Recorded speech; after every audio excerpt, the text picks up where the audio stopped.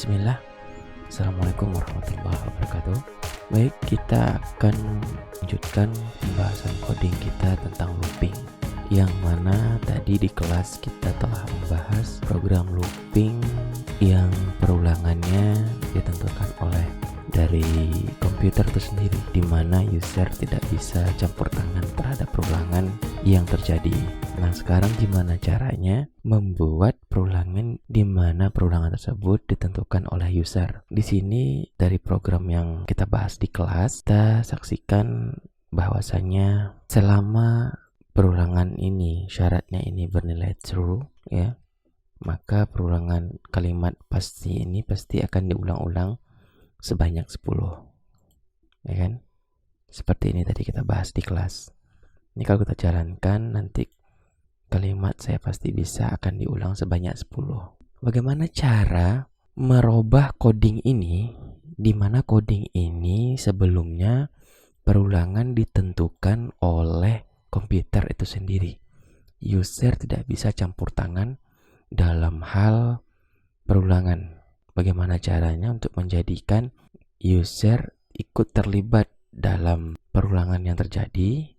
Caranya adalah Anda ganti persyaratannya. Kalau di sini disyaratkan selama bill itu bernilai kecil dari 10, maka bikin perulangan. Nah, berarti kita harus ganti persyaratannya. Anda harus membuat sebuah inputan yang mana inputan ini selama dia tetap menginput atau tetap dia menjawab iya, maka lakukan perulangan. Jika dia tidak menjawab iya, maka putuskan perulangan. Nah, ini dasar logiknya ya. Kita ulang. Gimana sih cara membuat program perulangan yang mana perulangannya itu ditentukan oleh user? Caranya adalah Anda ganti persyaratannya, Anda ganti logiknya. Kalau di sini logiknya selama bill itu kecil dari 10, maka lakukan perulangan. Nah, Anda ganti logiknya dengan selama nilai dari bill itu bernilai iya, maka lakukan perulangan. Kemudian Anda buat program input yang mana user harus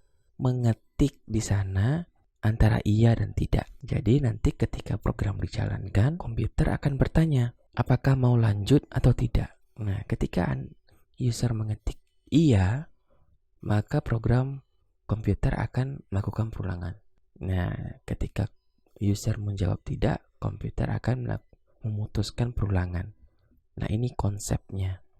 Nah, untuk itu bukan variabel ya, Anda harus membuat konstanta yang bernilai y. Oke. Kita tentukan dulu di sini konstantanya yaitu y. Nah, ini Anda ganti, jangan bill. Kita pakai konstanta yang baru yaitu MAD.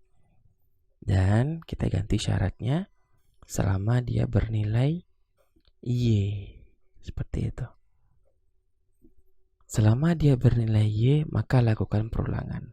Sekarang timbul pertanyaan, gimana caranya Pak untuk mendapatkan y ini? Caranya adalah Anda buat program input di bawah. Ya, di mana? Di bawah bill, di bawah ini. Ya, di bawah auto increment ini. Ini bisa Anda ganti dengan MAD. Nah, di sini. Tuh. Masih ada data. Di sini kita gunakan %C karena data yang diinputkan cuma satu, yaitu Y. Ini kita pakai variabel MAD. Jadi, variabel MAD ini dibandingkan oleh komputer dengan persyaratan ketika user mengetik di sini Y, maka perulangan akan dilakukan. Ya. Nah, ini proses stdin ini digunakan untuk agar inputan ini terbaca di dalam looping. Ini tambahan coding baru untuk Anda. Coba kita jalankan. Nah, seperti itu. Jadi dia akan tetap muncul jika selama masih mengetik Y. Kapan dia terputus perulangannya? Ketika tidak mengetik Y, yaitu huruf yang lain. T misalnya atau yang lain. Gitu. Paham ya? Berarti konsepnya kita buat sebuah inputan yang mana inputan ini disyaratkan jika selama yang dia inputkan bernilai huruf Y atau huruf yang lain, maka lakukan perulangan. Di dalam looping ini Anda bisa membuat proses dalamnya, dan Anda juga bisa membuat logika if di dalamnya.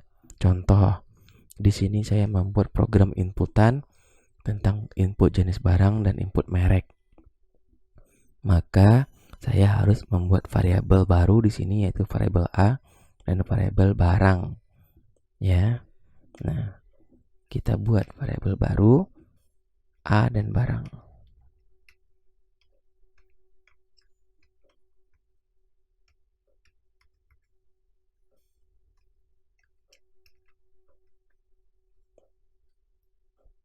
Sedangkan kalimat atau coding dari flash stdin ini adalah bagian coding untuk menambahkan inputan agar inputan terbaca di dalam looping.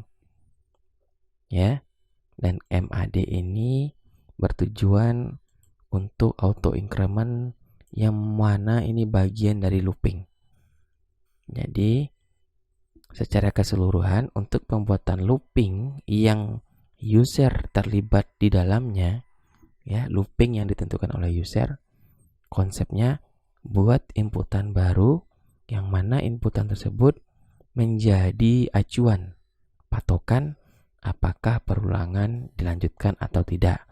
Selama dia bernilai Y, selama inputan ini bernilai Y, maka perulangan akan dilanjutkan. Seperti itu. Ya, kira paham ya? Silahkan kalau ada yang ingin bertanya, Anda tulis di kolom komentar. Nah, ini hasil dari coding kita. Dan ini nantinya bisa dibuat program aritmatikanya atau program logika if di dalamnya. Bebas. Silakan Anda berkreasi.